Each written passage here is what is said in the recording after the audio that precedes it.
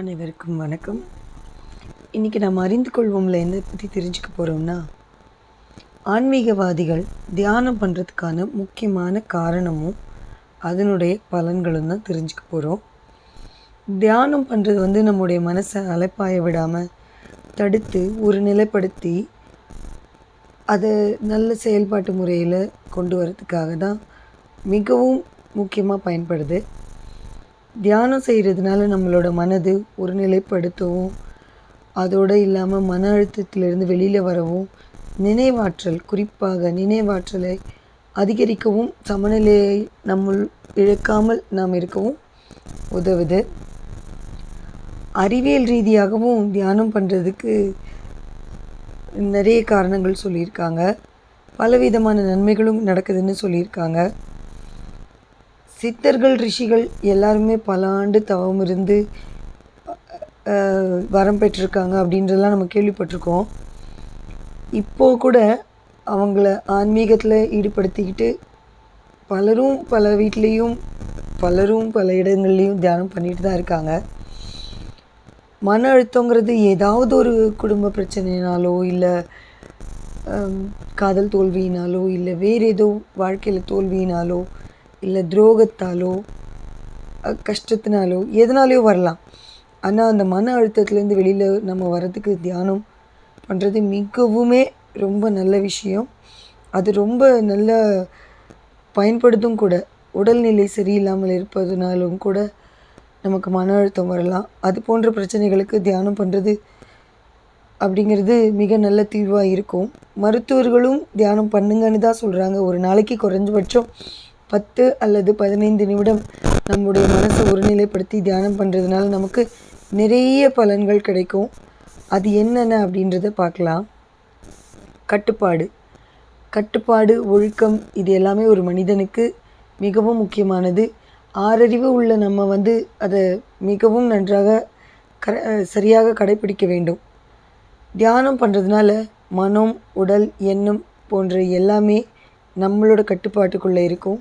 அதனால் நம்மளோட உடல் ஆரோக்கியத்தையும் மன வளர்ச்சியையும் ஆன்மீக ரீதியாகவும் நம்மளை நாம் சிறந்த வழியில் கொண்டு போக முடியும்.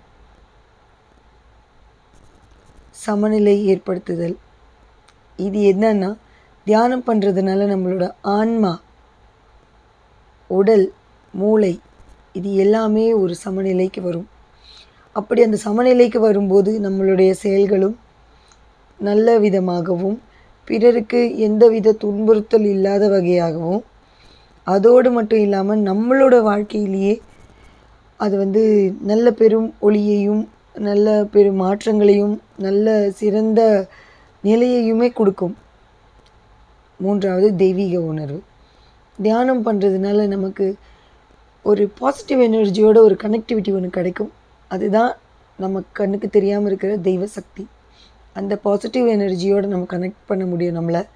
ஏன்னா நம்ம மனதார நம்ம கண்ணு மூடி தியானம் பண்ணுறோம், மனசை ஒரு நிலைப்படுத்துகிறோம், மூளையும் வேறு எதையும் சிந்திக்காது, உடலும் எங்கேயும் எந்த ஒரு அசைவும் இல்லாமல் அதோட நம்மளோட மனக்கட்டுப்பாட்டுக்குள்ளே இருக்கிறதுனால நம்மளை சுற்றி இருக்கிற அந்த பாசிட்டிவ் எனர்ஜிஸ் கூட நம்ம கனெக்ட் பண்ண முடியும். நம்மளால் அந்த உணர்வுகளை ஃபீல் பண்ண முடியும். அந்த வைப்ரேஷன்ஸ் நம்மளுக்கும் சரி, நம்மளால் பிறருக்கும் சரி நல்லதையே கொடுக்கும். ஸோ தியானம் கண்டிப்பாக பண்ணணும். விழிப்புணர்வையும் ஏற்படுத்தும். எப்படின்னா, தியானம் கண்டினியூஸாக பண்ணுறதுனால நம்மளோட மனசும், மூளையும், உடம்பும் ஒரு தெளிவு பெறுது. அப்படி இருக்கிற பட்சத்தில் நம்மளால் எந்த ஒரு விஷயத்தையும் ரொம்ப ஆழ்ந்து ஆராய்ந்தோ, இல்லாட்டி போனால் ரொம்ப கஷ்டப்பட்டோ, விசாரித்தோ, இன்வெஸ்டிகேஷன் பண்ணியோ தெரிஞ்சுக்கணுங்கிற அவசியம் இல்லை. நம்மளோட கண்களை மூடி ஒரு 10 நிமிடம் தியானம் பண்ணினாலே நம்மளால் அது சரியா தவறா, இது சரியாக வருமா வராதா, பிறருக்கு இது நன்மை தருமா தீமை தருமா அப்படிங்கிறதையும் நம்மளாலேயே சொல்ல முடியும். இது எல்லாத்தையும் விட ஒரு முக்கியமான விஷயம் மன அமைதி, நிம்மதி. அதுக்கு இன்னொரு பேர் நிம்மதி. இதைத்தான் இன்றைய காலகட்டத்தில் பலரும் தேடி அலைஞ்சிட்ருக்கோம். எங்கே நிம்மதி, எங்கே நிம்மதின்னு பாட்டு பாடுற அளவுக்கு இருக்கோம். ஸோ இந்த மன நிம்மதி நமக்கு தியானம் பண்ணுறது மூலமாக நிச்சயமாக கிடைக்கும்.